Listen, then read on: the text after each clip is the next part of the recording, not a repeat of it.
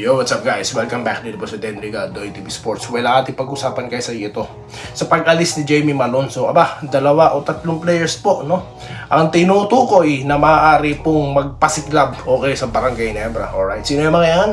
At ang mga komento, no? Yung mga reaction pa rin ng mga nagulat na fans ng Barangay Ginebra, okay, noong Thursday. Alright.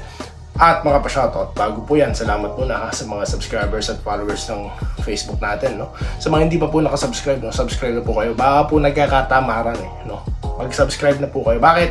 Ito po ang channel na walang fake news, wala pong clickbait, yung mga scheme na mga fantasy trade, di umano, mga trade ideas na naman, no? Walang ganyan dito sa Doy TV. Ito po ang tanungan, no, ng bayan. Kung totoo ba ang mga trades na yan or mga pangyayari, no, sa mundo ng basketball sports. Okay? Kaya subscribe na po guys. Alright. Okay, dito na po tayo sa ating gustong pag-usapan. Bibilisan na lang natin, no, para mabasa ko na yung mga komentaryo. No? Yun nga po. Tatlong player po ang nabanggit dyan ni Coach Tim ko. Diba? Sino-sino yung mga yan? Isa-isay na natin. Di si Jason David. Di si Jeremiah Gray. At si Aljon Mariano. Alright. So yan ang sinasabi natin guys. Okay? Magagamit yung mga aparador players. Sino ba yung mga aparador player na yan? Yan po yung mga player, no, na nasa bench, no? Hindi lang nasa bench, minsan nga hindi pa naka-uniform. Sayang ang mga talento na yan. Yan na po ang pagkakataon. Kaya sa bawat umaalis po, no, ng mga players diyan sa PBA, hindi po kawalan, no? Bakit? May mga player po na nasa aparador lang. Kailangan nyo lang pong tanggalin at suotin. Ganun po kasimple yan. Di po ba? Alright? So mapapansin nyo hindi ako, yung damit ko pare-parehas lang. Kasi nga po, nasa aparador yung iba eh. Pag sinuot ko, magaganda rin eh. Di ba? Paborito ko lang minsan yung sinusuot ko. Parang ganun din po, no? Sa mga players po ng PBA. Marami po dyan hindi lang nakakalaro. Yung iba nga napupunta na lang ng MPBL eh. Di po ba? Yan ang sinasabi natin.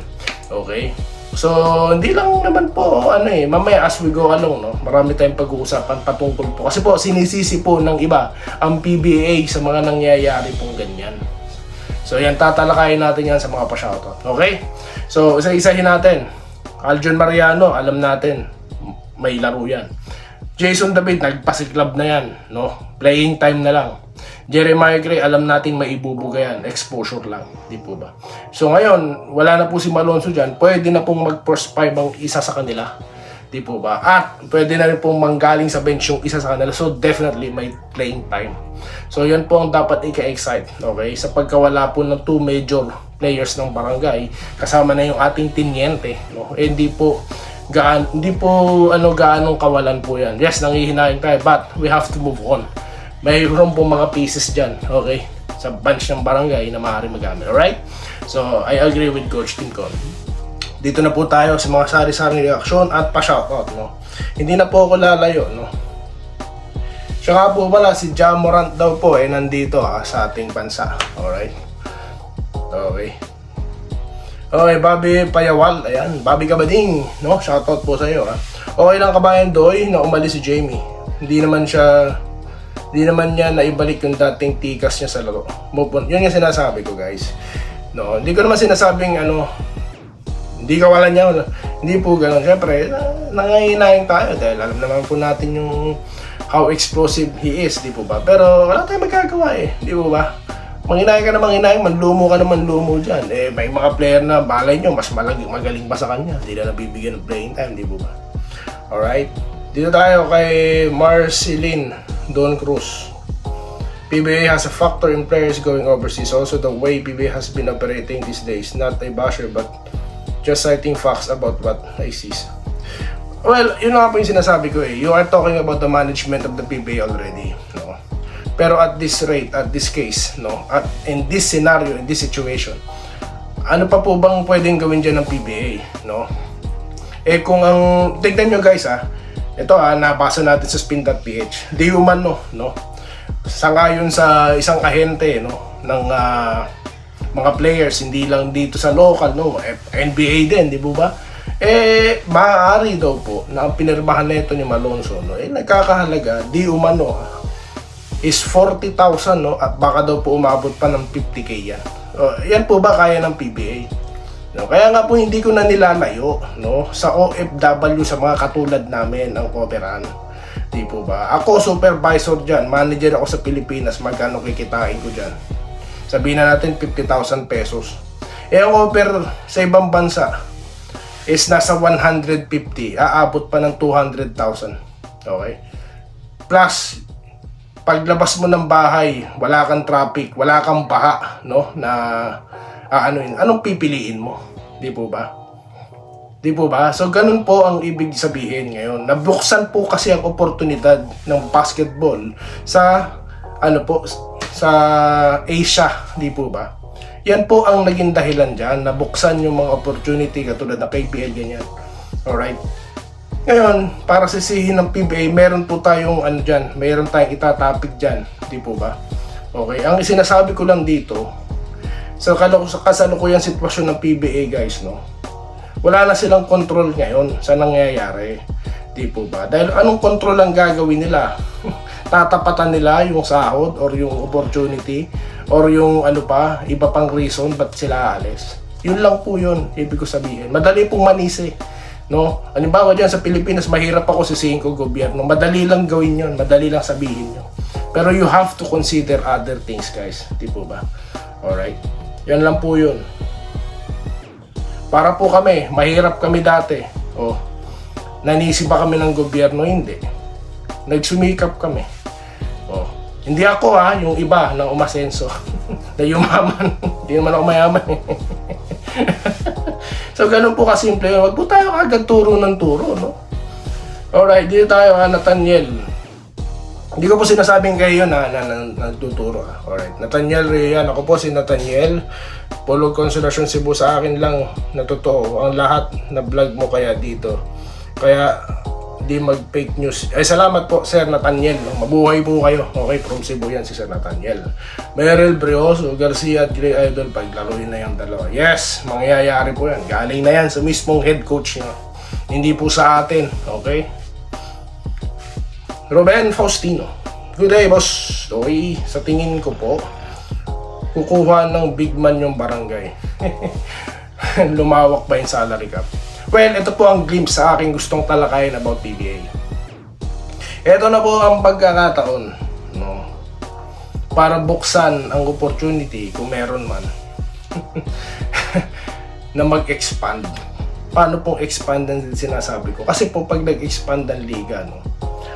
Ang tawag dito, may mga team po na maaaring magpasahod po ng player, no, na kalakihan. Bakit hindi po magkukumpulan sa isang team yung malalakas? Ang tendency, hindi po maibibigay, no, yung ino-offer dito sa isa. Pero again, ang dami po nakalakip dyan, no, itatopic natin. Yan po yung glimpse lang sa gusto kong pag-usapan sa next topic. Mahaba po usapin yan, kaya wag muna ngayon. Minerva Java, hello po Sir Doy TV. Basta Hinebra pan ako, di ako, no matter what, keep safe. Yes, salamat po ma'am. Ma'am Irene Giles, no, salamat po sa inyo. Sir Shotron TV. Mr. Josh Pineda, okay, salamat po Andresito Lantason, okay lang sa Hinebra yan. Dami nila magagaling na bench players, hindi kawalan sa Hinebra. Yun ang sinasabi ko, that's correct, sir. AJ Boy Fernandez, sana pagdaroin si Paul Garcia. Malay nyo, ito na yung pagkakataon ni Paul Garcia. Alright.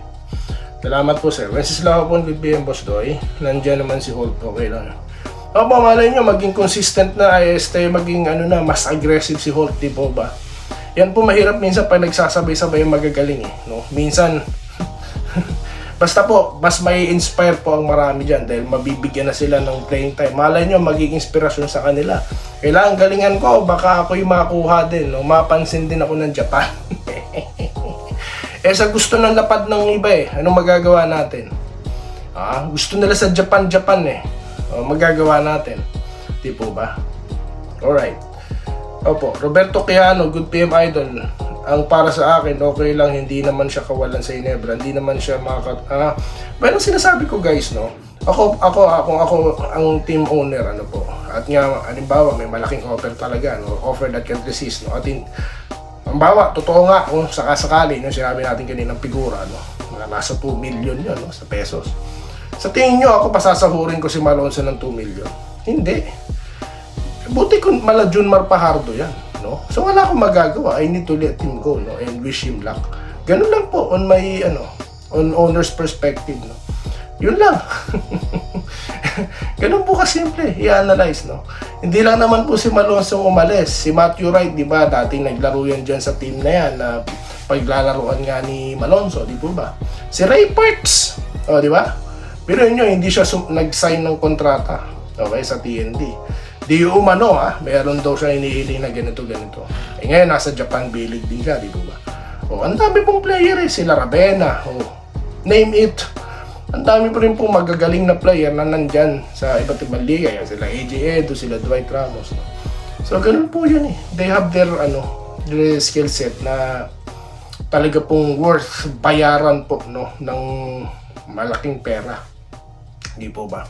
Okay? So, ganun lang po yan. Di po sa akin issue yan. Kaya ngayon nabasa ko, nagulat na ako. Inebra ka na Pero okay, naintindihan ko kasi nga, nandito ako sa ibang bansa, naintindihan ko siya.